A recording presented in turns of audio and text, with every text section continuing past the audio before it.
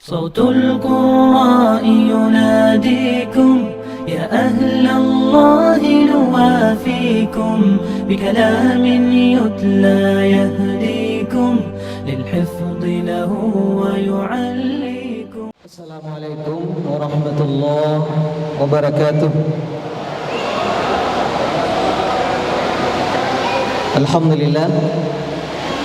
Alhamdulillah Rabbil Alamin, wassalatu wassalamu ala asyrafil anbiya'i wal mursalin nabiyina Muhammadin wa ala alihi wa sahbihi ajma'in. Asyhadu an la ilaha illallah waliyus salihin, asyhadu anna Muhammadan abduhu wa rasuluh arsalahu Allahu rahmatan lil alamin. Usikum wa nafsi bitaqwallah faqad fazal muttaqun. Ya ayyuhalladzina amanu ittaqullaha haqqa tuqatih wa la tamutunna illa wa antum muslimun. Yaqulullahu ta'ala fi kitabihil karim, a'udzu billahi minasyaitonir rajim. Fa amma man utiya kitabahu bi yaminih فسوف يحاسب حسابا يسيرا وينقلب إلى أهله مسرورا. Adapun orang-orang yang diberikan kitab amalnya dengan tangan kanannya, maka dia akan dihisab dengan hisab yang ringan, dan dia akan kembali menjumpai keluarganya dengan penuh bahagia. Waqala Rasulullah sallallahu alaihi wasallam, idza shallatil mar'atu khamsaha wa shamat syahraha wa hasanat farjaha wa ata'at ba'laha dakhalat min ayyi abwabil jannati sya'at, atau kama qala Rasulullah sallallahu alaihi wasallam. Kehormatannya mematuhi suaminya, maka dia akan masuk surga dari pintu mana saja yang dia kehendaki. Yang kita hormati jajaran pimpinan yayasan, tadi ada Ustaz Arwim yang telah membuka secara resmi agenda daurah kita siang hari ini.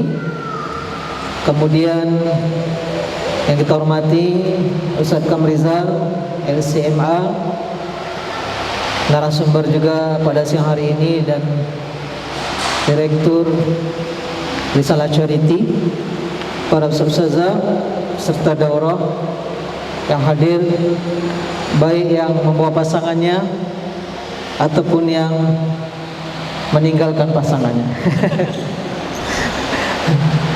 atau yang belum membawa pasangannya. Alhamdulillah siang hari ini difasilitasi oleh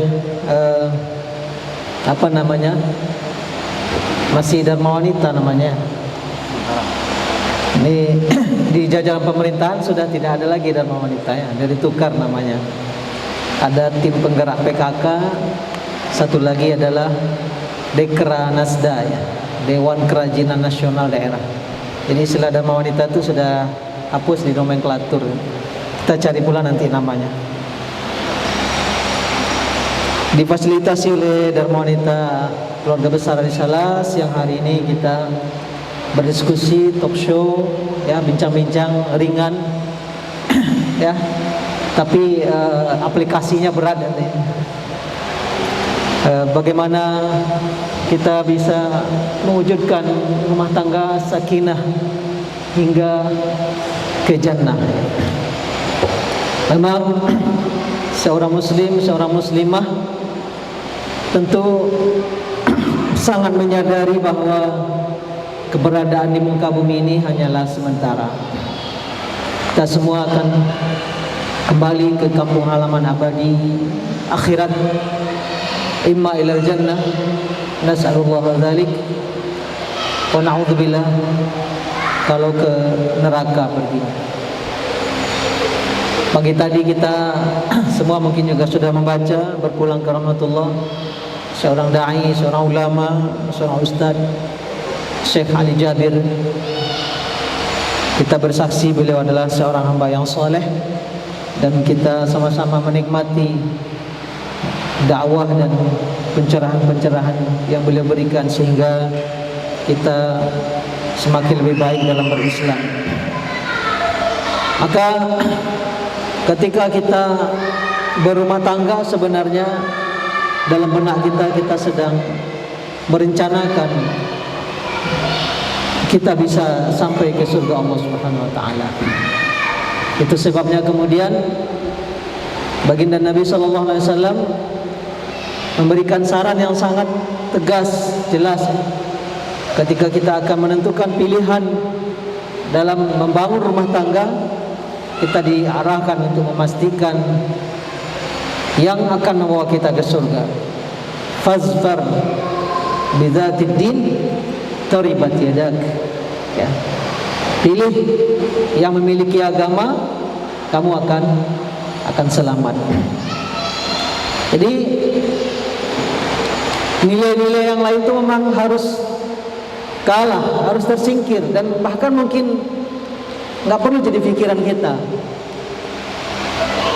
Harta, ya, kecantikan, nasabnya nggak terlalu mengganggu di pikiran kita. Itu adalah pelengkap. Toh ujung-ujungnya ketika kita sudah mendekati sakarat kita masing-masing, ketika itulah semuanya tak ada makna, ya, tak ada nilai. Kembali kemudian kita menyadari bahwa apa yang kita siapkan untuk kemudian sampai ke tanah surga, itulah sebenarnya yang kita perlukan. Orientasi-orientasi lain dunia itu semuanya menjadi tak berguna. Nah, orang berpikir kalau rumah tangga akan punya rumah batingke, ya, otonya wakile, titinya bali pelipe, istrinya kau seali otomatis saja menjauh ampe gitu kan. Kan masih bisa cie gitu kan, masih masuk itu pantunnya itu kan. Kok larinya langsung ke ampe itu gitu. Kecuali kalau rumah bertingkat gitu kan, mobil mengkilat, uang berlipat-lipat, istrinya agak susah ciat gitu. Soalnya harus cocok pantunnya. Maka itulah yang akan selalu menjadi pikiran kita di saat kita membangun rumah tangga. Dan suatu hari nanti, mungkin hari ini kita masih punya anak usia SMA ke bawah, ya. Sebentar lagi ini para ustaz-ustaz sudah akan berpikir merumah tanggakan anaknya, ya. Beberapa waktu yang lalu anak sudah bilang ke Ustaz Arim, tolong yayasan di anggaran tahun depan, karena kalau tahun ini kan anggaran perubahan tak seberapa, segera dirancang, dipikirkan gor kita ini diperbaiki layak untuk pesta pernikahan. Futsal dan basket nggak usah lagi kayaknya, karena pandemi ini mungkin setahun 2 tahun ke depan ya Ustaz Adonis, mungkin olahraga kayak gitu, kalaupun iya di luar aja. Cukuplah mungkin bulu tangkis, kemudian ya gor kita ini representatif untuk pertemuan-pertemuan yang lebih baik gitu. Kalaupun nggak sampai kepada convention center seperti Azkia itu, mereka membangun convention center di gornya, itu besar biayanya. Bisa selesai gor satu lagi. Pastilah sebentar lagi juga akan berpikir kemudian menikahkan anak putra putri kita. Maka membangun rumah tangga menuju surga ini mesti menjadi orientasi kita berpikir.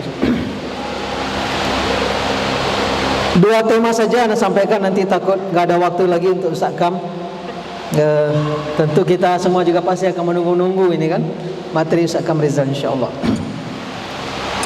Pertama, rumah tangga sebagai misaqan ghaliza.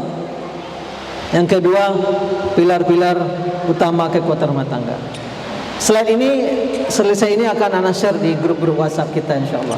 Jadi yang tertulis ini enggak usah ditulis ulang. Kita semua sudah mengetahui bahwa akad nikah ini dinyatakan oleh Allah sebagai mitsaqan ghalidha, ya, perjanjian yang sangat keras, ya, yang sangat kuat. Sebagaimana firman Allah dalam surah An-Nisa, wa kaifa ta'khudunahu wa qad afdha ba'dukum ila ba'din wa akhadna minkum mitsaqan ghalidha. Kalau sudah terjadi cerai, enggak mungkin kalian ambil kembali mahar itu, wahai para suami. Kalian sudah bergaul suami istri, dan mereka sudah mengambil janji yang keras, janji yang sangat sakral dari kalian. Mereka, kaum wanita maksudnya, istri, mengambil janji yang sangat keras, janji yang sangat sakral dari kalian. Jadi ikatan pernikahan kita itu adalah mitsaqan ghalidha. Yang Allah sebut lagi dalam Al-Quran, mitsaqan ghalidha itu adalah perjanjian Allah dengan nabi-nabi dan para rasul. Berarti ini ikatan kita sangat luar biasa pernikahan ini. Jangan sembarangan kemudian kita membubarkan dan sebagainya. Kenapa mitsaqan ghalidha? Pernikahan adalah ibadah paling lama. Kita kalau sholat, ya, mulai dari takbiratul ihram sampai salam, selesai sholat. Kalau kita puasa, mulai dari terbit fajar sampai terbenam matahari. Kalau kita umroh, mulai dari, ya, memakai ihram sampai nanti tahallul, sebentar. Tapi kalau pernikahan ini ibadah terlama di dunia, mulai dari ijab kabul sampai wafat, sampai dicerai oleh kematian. Itu ibadahnya tidak pernah henti itu, ya. Karena seluruh aktivitas suami istri menjadi ibadah semuanya. Menggunakan logika atau menggunakan kaedah umum hadis Nabi SAW ketika mengatakan wa fi bud'i ahadikum sadaqah. Seseorang menggauli istrinya adalah sedekah, kata Rasulullah. Maka sahabat bertanya, ya Rasulullah, ayati ahaduna syahwatahu wa yakunu lahu ajr. Wahai Rasulullah, di antara kita sedang melampiaskan syahwatnya, lalu dia dapat pahala, kan sedekah itu berpahala. Kok bisa ya Rasulullah? Maka Rasulullah sebutkan kaidah, ara'aita law wada'aha fil haram alaysa alaihi wizrun. Bagaimana pendapatmu kalau itu diletakkan di tempat yang haram, bukankah dia berdosa? Kadzalika idza wada'aha fil halal. Begitu pula sebaliknya, kalau diletakkan itu di tempat yang halal, dia menjadi pahala. Kalau kita beginikan wanita lain, jadi dosa. Kalau kita beginikan istri sendiri, jadi pahala. Kan kaidahnya begitu tadi, ya. Kalau kita tatap lama-lama istri orang, jadi dosa. Kalau kita tatap lama-lama istri kita sendiri, jadi pahala. Masukkan kaidah hadis itu. Karena yang puncaknya sudah Nabi masukkan, bergaul. Kalau itu kita lakukan dengan perempuan lain, jadi dosa. Kalau itu kita lakukan dengan istri sendiri, maka menjadi pahala. Berarti apa saja itu? Suami bikinkan air minum untuk istri sendiri, pahala. Karena kalau bikinkan untuk istri orang lain, bermasalah, ya. Mohon maaf kalau memang ada ustaz-ustazah yang bertugas membuatkan minum untuk ustazah yang lain, ya. Jangan dihitung itu. Itu hitungan tugas, ya. Tapi siapa-siapa nggak dikasih, tiba-tiba salah seorang aja dikasih minum, itu kan jadi masalah itu. Keutuhan rumah tangga menjadi duka bagi iblis, dan bubarnya rumah tangga menjadi prestasi terbaik iblis. Itu dalam hadis muttafaqun alaih ya. Innal iblis yadau arsyahu 'alal ma'. Iblis itu membangun istananya di atas laut, di atas air. Tsumma yab'atsu sarayah. Lalu dia kirim pasukan-pasukannya. Aqrabahum ilaihi manzilatan a'zamuhum fitnah. Ya, iblis mengirim pasukan-pasukannya, yaitunya para syaitan, menggoda manusia, menipu manusia, menjerumuskan manusia. Maka setan terbaik posisinya dari iblis, si raja setan, adalah setan yang paling besar fitnahnya, yang paling besar dosa yang dia buat, yang paling besar maksiat yang berhasil dia sukseskan. Maka datanglah setan melapor, fa'altu kaza wa kaza, saya sudah lakukan ini. Nggak ada respon iblis. Datang setan berikutnya, fa'altu kaza wa kaza, saya lakukan ini dan ini. Dia rayu orang, berbuat dosa orang, nggak ada respon. Ada yang membunuh, ada yang merampok dan sebagainya. Datang setan yang satu, saya tidak tinggalkan si fulan dan si fulana, suami istri, sampai dia bercerai. Begitu selesai laporannya, langsung dia panggil. Dia langsung dia dekatkan ke dia. Ni'ma anta, mantap kamu, katanya. Bukan Ustaz ya. Ni'ma anta, katanya. Bagus sekali. Yang tadi nggak ada direspon. Berarti kita berumah tangga semakin baik hubungan suami istri kita itu berduka iblis, ya, bersedih dia. Kalau sudah mulai hubungan kita kurang membaik, itu senang sekali iblis, ya, ditungguinya kita tuh. Jangan sampai setan dapat penghargaan gara-gara kita, ya. Ni'ma anta. Maka ini adalah ibadah terlama, ya, ibadah terlama. Kenapa pernikahan mitsaqan ghalidha? Pernikahan adalah sekolah paling lama. SD 6 tahun, SMP 3 tahun, SMA 3 tahun, S1 4 tahun, S2 4 tahun, S3 4 tahun, 12 tambah 12, 24 tahun, kalau sekolah terus, ya. Tapi pernikahan bisa sampai 50 tahun. Ada ulang tahun emas pernikahan, ya. Sekarang yang hadir di sini siapa yang paling tua usia pernikahannya? Ustaz Soleh nggak hadir. Paling duluan di antara kami ini yang nikah Ustaz Soleh.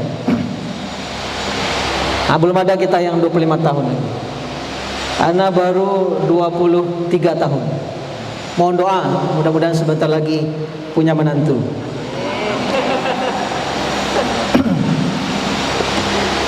Bagusnya memang kita menikah tuh usia 20 tahun. Bagusnya. Di saat kita umur 40 tahun, anak kita 19 tahun. Atau kita 41, dia 20, kita nikahkan lagi dia. Ketika kita umur 61 tahun, cucu kita nikah. Dan kita masih tagih, masih kuat cari ma'isyah, kan? Ya? Masih bisa membiayai cucu gitu. Kalau kita menikahnya 30 tahun, ya, umur 50 tahun, anak umur 20 tahun, pinggang sudah sakit, dia minta tambahan biaya untuk nikah, nggak sanggup gitu, ya. Aduh, menyesal. Kenapa terlambat dulu nih? Sebenarnya anak sudah mengajukan proposal ke ayah, cuma nggak diizinkan waktu itu. Udah siapkan biaya, ajukan proposal, walaupun nggak tahu nih siapa orangnya, masih blank ini, tapi belum izin. Selesai S1 dulu, udah akhirnya bersabar selesai S1. Bahkan dah duluan beli jam sepasang. Dari taruh-taruh siapa yang berjodoh yang ini, ya. Beli jam sepasang, masih bujang. Ini bujang sudah nikah semua, ya. Jadi yang belum beli jam, tanya nih sama suaminya, ya. Nggak beli jam dulu, ya. Dikodok sekarang. Kan ada dijual jam sepasang itu, Ustaz, ya. Anda udah beli ketika bujang, ketika pasang niat itu. Siapa yang jodoh ini? Masih ada jam ini?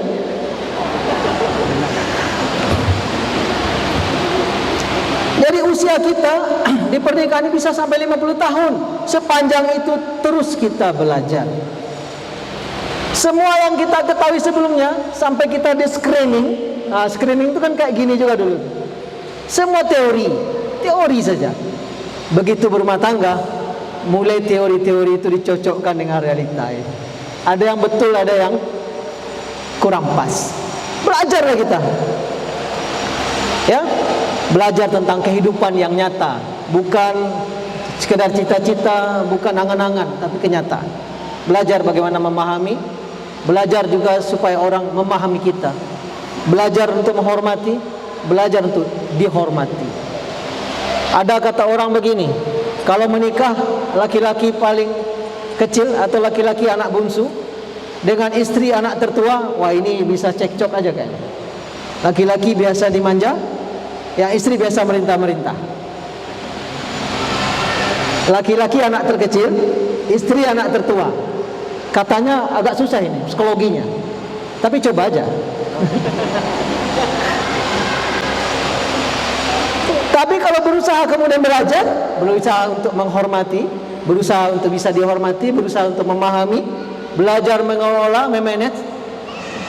Ingat para ustazah yang mungkin penghasilannya lebih banyak dari suaminya, mungkin punya kemampuan intelektual lebih baik dari suaminya. Ingat, kita tetap istri. Istri wajib patuh sama suami. Istri wajib menghormati suami. Para suami, ya, sehebat apapun kita, posisi jabatan, suami istri bukanlah budak kita. Istri adalah kekasih kita. Istri kita bukan tukang cuci. Istri kita bukan tukang setrika. Karena kita tidak menikahi tukang cuci. Kita menikahi wanita mulia yang menjadi kekasih kita sampai ke surga kelak. Maka itu akan saling bertemu dia, ya, saling memahami dan saling menghormati. Pernikahan adalah misaqan ghalidha, karena inilah kebersamaan yang paling lama. Kita sama-sama SD, habis itu wisuda, bubar. Paling ada reuni sekali setahun. Sama-sama SMP, wisuda, habis itu bubar. Paling nanti ada alumni. Sama-sama SMA 3 tahun bubar. Sama-sama kuliah 4 tahun bubar. Tapi nikah nggak ada wisudanya dan nggak ada alumniannya. Terus abadi. Ana pernah berkunjung ke panti jompo di Sicincin. Kita punya panti jompo provinsi di Sicincin satu, di Tanah Datar satu. Luar biasa. Kakek-kakek usia 90 ke atas, 80 ke atas. Lalu ada nenek-nenek usia segitu juga, ada yang di atas 100. Sudah tidak punya keluarga, atau ada yang memang ditinggal sama anak-anaknya, dalam tanda kutip, ya, dicecerkan oleh keluarganya. Apa yang terjadi? Ada di antara kakek-kakek itu dengan nenek-nenek itu di usia 90 menikahi nenek usia 80 di panti jompo itu. Saksinya Gubernur Irwan Prayitno. Tak kalah dia dengan pernikahan kita yang kecil-kecil ini. Kenapa bisa terjadi pernikahan nenek kakek itu? Seusia itu pun kita butuh pendamping. Ini kita karena belum kakek aja ini, karena belum nenek aja ini. Sebentar lagi anak kita besar-besar, nggak connect lagi dunia kita dengan dunia mereka. Mungkin masih kita bisa mengamati ayah ibu kita yang masih hidup, relatif seringkali lebih betah di rumahnya sendiri daripada di rumah anaknya. Dibawa ke rumah kita seminggu 2 minggu, habis itu udah minta pulang. Dia lebih nyaman di rumahnya, karena dunia kita nggak nyambung dengan dunia kita. Almarhum ayahna sekitar ya menjelang corona lah, sempat dia lontarkan ke adik yang nomor 5. Dia bilang kayaknya apa butuh pendamping. Kami kaget juga, kami diskusikan. Kalau iya kita seriuskan gitu. Kita mintalah Ustaz Afwan bicara dari hati ke hati ke apa kan? Seperti apa sebenarnya? Tidak mudah juga mengkomunikasikan itu ke beliau. Sampai akhirnya berhasil mengkomunikasikan. Rupanya beliau ini sudah saat corona, ini diskusinya sudah di saat corona. Kayaknya apa pikir nggak usah lah. Pertama mencari orangnya tidak mudah. Kalaupun ada, entah ia cocok, entah tidak. Entah menyusahkan kita, entah dia menyusahkan kita. Entah kita menyusahkan dia. Di situ baru terasa betapa besar nikmat kalau kita memang sama-sama tua nanti kan. Lalu sama-sama wafat berdekatan. Wah, itu besar sekali nikmatnya. Nggak kebayang kalau masih usia-usia energik ini salah satu duluan. Tapi boleh juga buatlah kesepakatan. Abi, kalau Abi duluan, Umi boleh pindah ke lain hati nggak ya? Dan sebaliknya. Silakan aja didiskusikan itu. Tapi tentunya antil jannah gitu kan. Ada seorang sahabiah yang menikahi sahabat, kemudian suaminya mati syahid. Nikah lagi dengan sahabat lain, mati syahid lagi suaminya. Nikah lagi dengan sahabat ketiga, mati syahid lagi. Sampai-sampai kalau nggak salah Umar yang siapa berkata, siapa yang ingin mati syahid, nikahlah dengan beliau. Mikir-mikir juga kan, mau lamar nih mati syahid nanti, insyaallah. Kita ingin kebersamaan sampai ke sana, ya. Fasawfa yuhasabu hisaban yasira wa yanqalibu ila alihi masrura. Selesai hisab nanti semua kita ngumpul lagi semuanya. Itu cita-cita kita. Misatan ghalidha, karena dia adalah tools. Rumah tangga adalah alat, perangkat ya, menyatukan dua keluarga besar. Keluarga kita selaku suami, keluarga istri kita. Menyatukan dua perbedaan. Kita punya karakter, istri punya karakter. Keluarganya juga punya kultur sedemikian rupa. Keluarga kita juga punya kultur sedemikian rupa. Punya kebiasaan. Kita punya potensi, dia juga punya potensi. Maka keluarga menjadi alat menyatukannya. Bertemulah berbagai jenis karakter ini. Bertemulah berbagai jenis kebiasaan dan kultur ini. Wajar kemudian dia memang distatuskan oleh Allah sebagai mitsaqan ghalidha. Nah, karenanya ini mesti kita betul-betul rawat, timbulkan di hati. Niat yang tulus, niat yang betul-betul ikhlas kepada Allah. Ini tidak akan dibubarkan, ini tidak akan diungkai, ini tidak akan dibuka sama sekali sampai kita bertemu dengan Allah Subhanahu wa taala.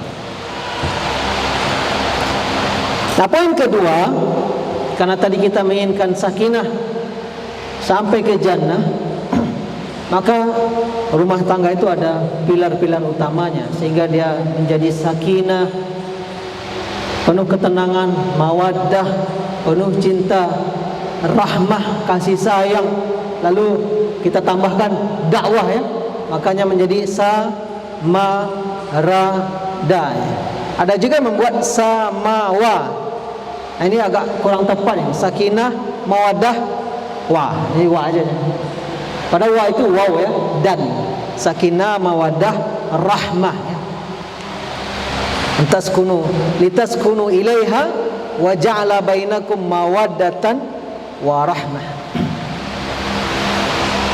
Pilar utama yang pertama, ada 5 ini yang kita sampaikan. Masih ada Ustaz, waktunya. Yang pertama, pilar utama rumah tangga itu agama. Ad-din, fazfar bizatid din.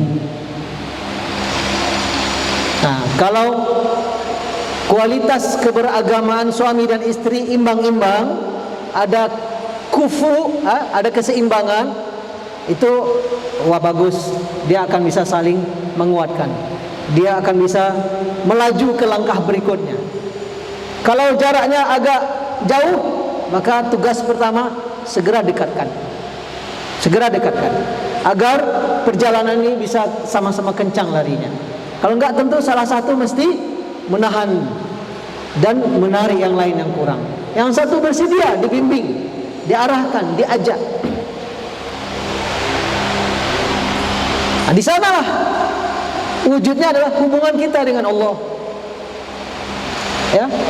ibadah kita kepada Allah Subhanahu wa taala, aplikasi agama, di samping tentunya dia bermodalkan ilmu dan pemahaman. Fa'alam annahu la ilaha illallah wastaghfir lidzambik. Ketahuilah la ilaha illallah, diilmui, dipahami Islam ini dengan baik, lalu diamalkan.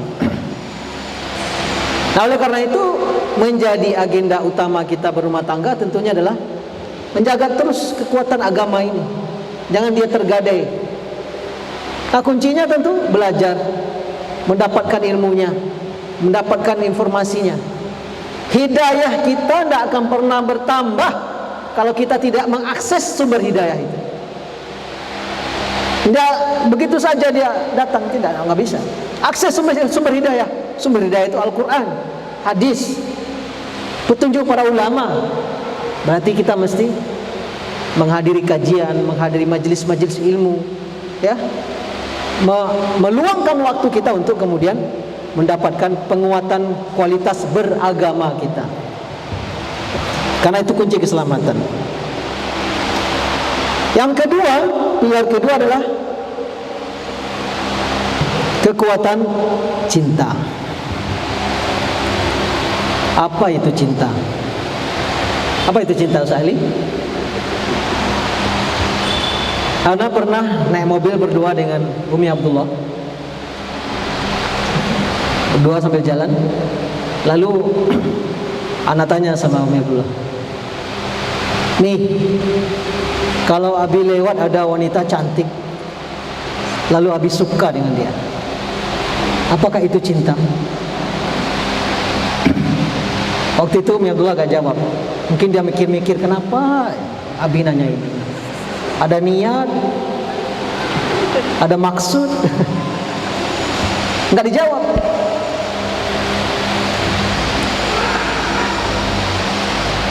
Apakah itu cinta? Kita melihat seseorang lewat, lawan jenis kita, kalau dia laki-laki gagah, ya, tampan, mungkin dari penampilannya, gesturnya orang kaya, punya posisi. Kalau dia perempuan nampak cantik, lalu kita tertarik seketika, lalu kita suka seketika. Apakah itu cinta? Tidak. Ada ini suami istri, di sini suami istri. Ini cerai, ini cerai. Si suami menikahi istri ini, si suami menikahi istri. Ana melihatnya geleng-geleng kepala. Itu status anak-anak kayak apa itu? Lalu gimana hidup? Perasaan.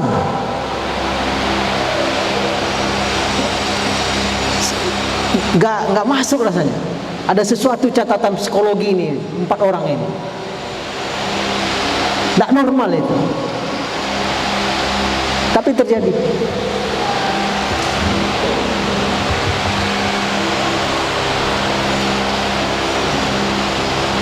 Pilar kekuatan ketiga rumah tangga itu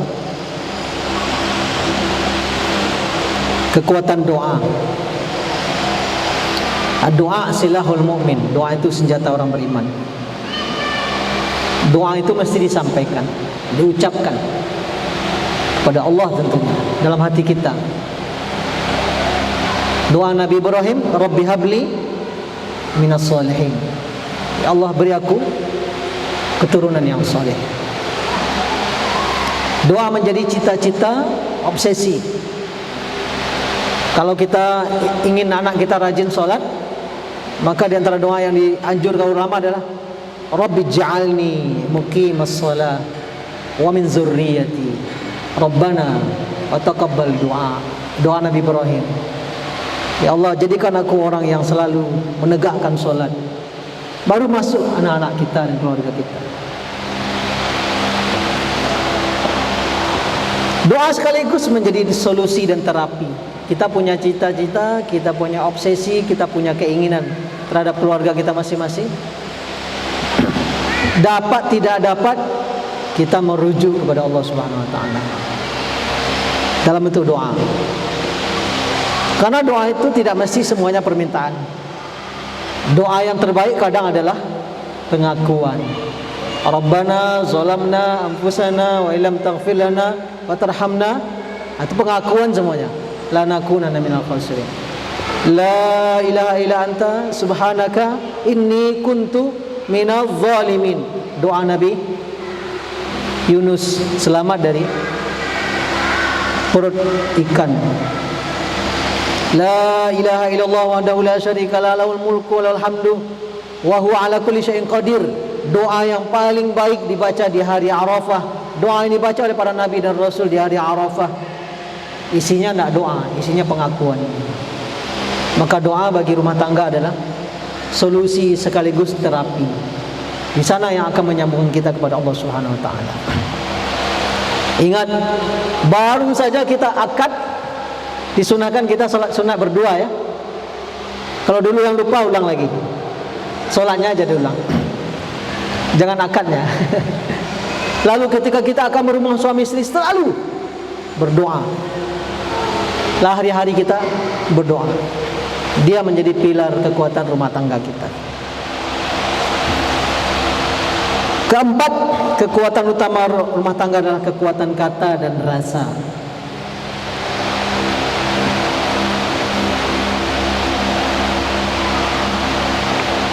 Kepada manusia umum saja kita diperintahkan oleh Allah, wa qulu linnasi husna. Katalah kepada manusia perkataan baik, apalagi kepada pasangan hidup kita. Rasa, ini lebih tinggi lagi ini. Jauhi kata-kata yang melukai pasangan kita, apalagi di saat pandemi saat ini.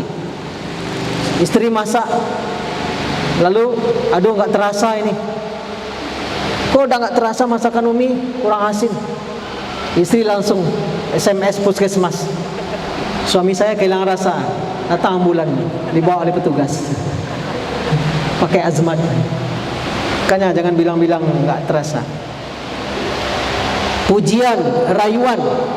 Kalau tadi kaidah hadisnya ya, berhubungan suami istri karena di tempat yang halal dia jadi pahala, kalau di tempat yang haram jadi dosa. Berarti merayu istri luar biasa pahalanya. Banyak hadis-hadis sahih, Nabi sangat sering mencium istrinya. Bahkan di hari puasa, di saat dia puasa, dalam hadis dari Imam Ahmad, dia mencium istrinya. Bahkan Rasulullah SAW mencium istrinya, kemudian langsung pergi sholat, tidak mengulangi wudhu lagi, tidak batal wudhu. Kalau rayuan luar biasa Rasulullah SAW, itu rasa. Itu semuanya aplikasi. Tidur selimut berdua, Rasulullah tidur di pangkuan istrinya. Ya, Rasulullah mandi berdua dengan istrinya. Rasulullah makan dengan istrinya, bergelut dengan makanan itu. Makan sepiring berdua. Jangan takut kalau istri positif, insya Allah suami tidak positif. Anak sudah makan berdua dengan Umi Abdullah, sudah tidur berdua, sudah segala-galanya. Ya, alhamdulillah, sama-sama sehat. Memberi hadiah, surprise, apa saja terserah. Itu adalah masalah rasa. Baginda Nabi SAW mengamalkan itu semua. Memanggil istrinya dengan pujian, dengan nama yang terbaik, ya. Maka ini menjadi pilar-pilar kekuatan keluarga kita. Mari kita berlatih. Kan kita berdua aja, nggak tahu orang lain, ya. Mau romantis kita, mau apa, orang kan nggak tahu. Nggak usah kikuk, nggak usah salah tingkah. Ya. Apa akan dicemahin sama suami kita, sama istri kita? Enggak juga lah. Kan kita berdua aja, nggak ada yang tahu. Maka kekuatan kata dan rasa itu menjadi kekuatan utama rumah tangga agar sakinah sampai jannah. Terakhir, yang kelima, kekuatan ilmu. Sama dengan hidayah tadi. Hidayah kita tidak menambah kalau kita tidak mengakses sumber-sumber hidayah. Begitu juga ilmu berumah tangga. Ya, memang mungkin sebagian ada yang try and error, ya, tapi kita perlu meringkas waktu. Kita mulai di mana orang berakhir. Pengalaman orang nggak usah pula kita ulang, ya, hasilnya aja kita ambil. Di sanalah kemudian kita meringkas umur, meringkas pekerjaan. Gak perlu kita ulang-ulang kesalahan orang beberapa kali, baru kemudian kita menemukan kesimpulannya. Cukup kita ambil kesimpulan orang, lalu kita lanjutkan langkah berikutnya. Maka keluarga harus terus belajar. Ayah dan ibu aktif mendidik anak-anak. Kalau dia nggak aktif memperbarui ilmu, tentu nggak bisa. Faqidu syai' la yu'ti. Yang tidak punya apa-apa tidak akan memberi. Kita lapangkan waktu kita untuk membaca. Era-era digital hari ini membuat kita malas membaca. Kadang di-share tulisan ya, belum 1 menit, jazakallah khair, mantap, dibaca aja belum. Kita tidak akan dapat tambahan ilmu kalau nggak mau membaca. Lapangkan waktu kita untuk membaca, lapangkan waktu kita untuk mendalami agama Allah Subhanahu Wa Taala. Banyak sebenarnya kiat-kiat mesra suami istri yang dilakukan oleh Rasulullah SAW. Makan sepiring berdua, tidur satu selimut, mandi berdua. Rasulullah mengajak istrinya perjalanan keluar kota, maka sediakan waktu untuk perjalanan keluar kota juga dengan istri. Rasulullah mengantarkan istrinya menuju sebuah tempat. Ketika Rasulullah etikaf di masjid, salah seorang istrinya mengantarkan makanan, lalu hendak pulang, maka Rasulullah antarkan. Berarti mengantarkan istri itu bagian dari pekerjaan suami. Jadi ternak teri mengantarkan anak, mengantarkan istri, itu pekerjaan suami. Bahkan sampai kepada bepergian jauh ya, Rasulullah pasti mengikutkan di antara istrinya bepergian jauh, musafir. Oleh sebab itu, silakan ustazah, saya sekali tagih ke ustaznya ya, kapan diajak bepergian jauh. Nantilah kalau anak sudah besar. Kalau anak sudah besar, kita sudah tua, susah lagi. Carilah solusinya, titip di mana anak itu kan. Yang penting kita bepergian jauh, sekali-sekali. Bepergian yang sekira-kira kita bisa menjamak solat ya saja. Itu yang musafir kan, boleh jamak boleh qasar, itu udah pergian jauh. Anak kalau sudah pulang kampung kumpul kan sudah jamak itu, sudah bepergian jauh kita sekeluarga.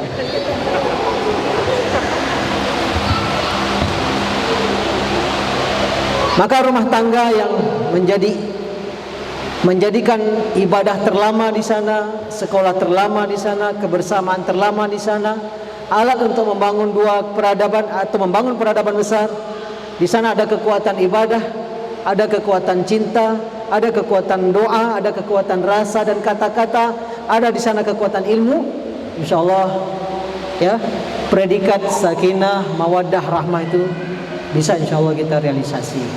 Demikian, masih banyak lagi temanya yang akan diperluas, diperdalam oleh Ustaz Kamrizal insyaallah. Qul qouli hadza astaghfirullah li wa lakum. Assalamualaikum warahmatullahi. Mandi di tepian janganlah risih, baju akan basah asal tidak jatuh. Cukup sekian, terima kasih. Assalamualaikum warahmatullahi wabarakatuh. صوت القراء يناديكم يا أهل الله نوافيكم بكلام يتلى يهدي